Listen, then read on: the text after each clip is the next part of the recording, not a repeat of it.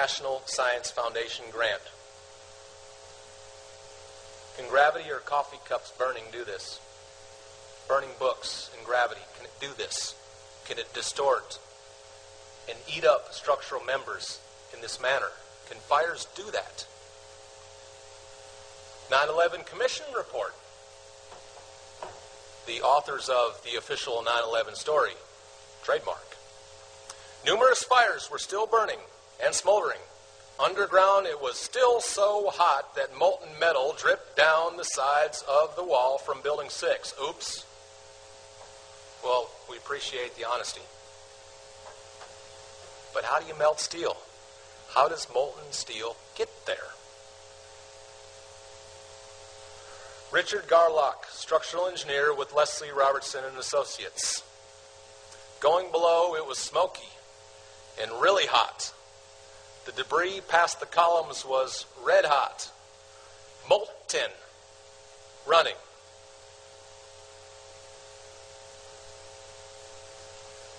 Massive heat source bends steel columns with no buckling. Again, with the columns attached at floor beams, north, south, east, and west at each intersection.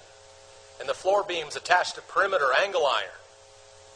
And girders running every so often, building 7-10 feet or so from the picture. And concrete, all supporting a 4-inch, 5-inch slab of concrete, which contains rebar every 12 inches. It detached from fire, and according to the pictures, it buckled. But the little diagram they give us, but on here we don't see buckling, we see massive amount of bending, massive heat sources, bend steel columns. Where'd all that heat come from? And notice the rust, or the corrosion here, and one might say, well, the rain, well, why isn't it uniformly corroding? Why is it corroding in these ends? And they were also saying that we brought up steel and molten metal was dripping from the ends. And now it's showing some indication of oxidation here. Vance Designor, OSHA officer at WTC, reporting to Jim McKay, Post-Gazette staff writer on September 11, 2002. A fire truck 10 feet below the ground that was still burning 2 weeks after the tower collapse. Its metal so hot that it looked like a vat of molten steel. Fireman and hazardous materials expert. Pieces of steel, still cherry red.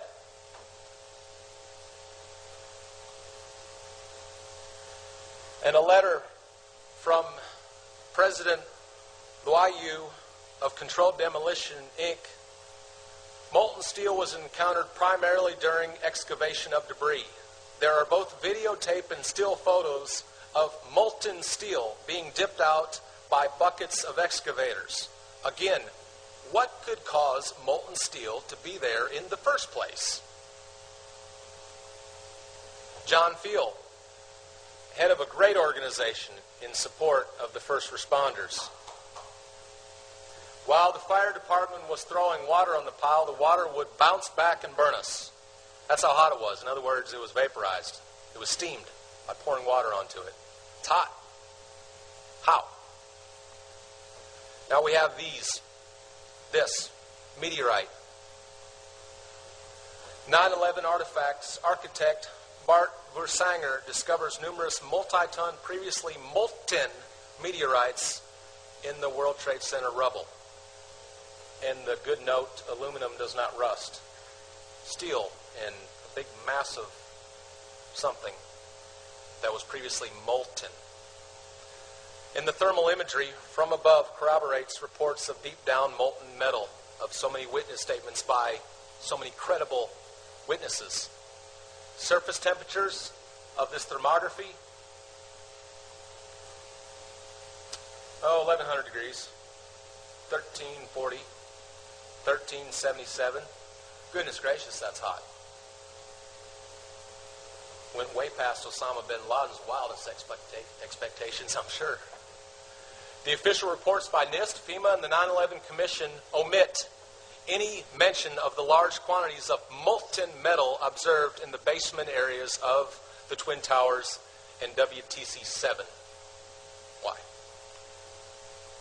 Now here we can see the melting temperatures of different, solids at room temperature. Lead, aluminum.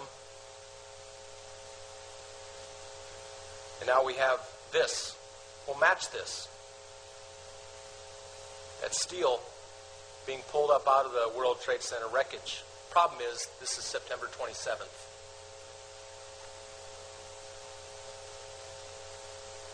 Now, to get jet fuel to produce these high temperatures, at the same time, you'd have to have it pressurized, a controlled volume, a highly controlled volume, and a lot of oxygen introduced.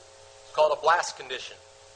We need about 3,300 degrees Fahrenheit inside a cupola furnace, our oldest type of blast furnace, to create that melting condition, which even then melts slowly at 3,300 degrees, drips down into the bottom of a cupola furnace. So we can get hydrocarbons to melt, but we need a large and continuous source of fuel and oxygen. Where was the large source of fuel and oxygen 2 weeks after these buildings fell, and we're still seeing molten steel, red-hot steel? How does that happen? Has anyone come up with any reasonable explanation for this? No. The answer is no. Liquid metal falling, glowing metal pipe, glowing metal, liquid metal falling, ambient lighting from main source, over 2 weeks after those planes hit. There again, who do we believe here? And don't believe me. Don't believe me. Just hear what I have to say. Do your own evidence, fact-checking, researching, gather your own evidence, and believe yourself. And who are you going to believe here? You have a date on this photograph, presuming it wasn't altered and is from a good source, that over 2 weeks after the fact, we're pulling up and seeing molten metal in the wreckage of World Trade Centers. Now, when confronted with this, John Gross, lead engineer of NIST reports, came to the University of Texas at Austin, and John Gross knew absolutely nobody, no eyewitnesses, nobody who has produced any of that. Never heard of it. Well, we showed him. A lot of people showed him. Does John Gross have an answer, an explanation, a reasonable explanation of how this got here 2 weeks after? No. The answer is no. Back to the good old scientific method. If the data doesn't support the fire hypothesis, well, just deny it exists. WTC basement fires defeat water. They steam water. Fires much worse after the collapse, suggesting chemicals. The last fire was not extinguished until, December 19th, 2001. Only 3 months after 9/11. Tom Manley, Fire Department, New York City. You couldn't even begin to imagine how much water was pumped in there. It was like you were creating a giant lake. Yeah, it's hard to get a chemical reaction to start once it stops, especially a thermite one. Thermite contains its own supply of oxygen. It will burn just as well underwater. Water sprayed on a thermite reaction instantly will be boiled into steam. You've heard of the different classifications of fire extinguishers, Class A, Class B, Class C, Class D. Why all those different classes? Because we have different types of fires. And can you take a fire extinguisher and extinguish a thermite reaction? No. Chemical evidence, and this is the biggie. This is the strongest forensic evidence we have to this date, and this is the one that nobody has a reasonable answer for. What is thermite? I'll spare you from reading all this, but thermite's been around for a while. It was developed by him, and the original application was making chromium and welding. It was used in field welding repairs. Remember, when the rail went across the Old West in the United States, it was mostly riveted, and since a lot of the rail that went across was public funded, not private funded, it was a mess, and they had to repair it and thermite was a pre-welding technology used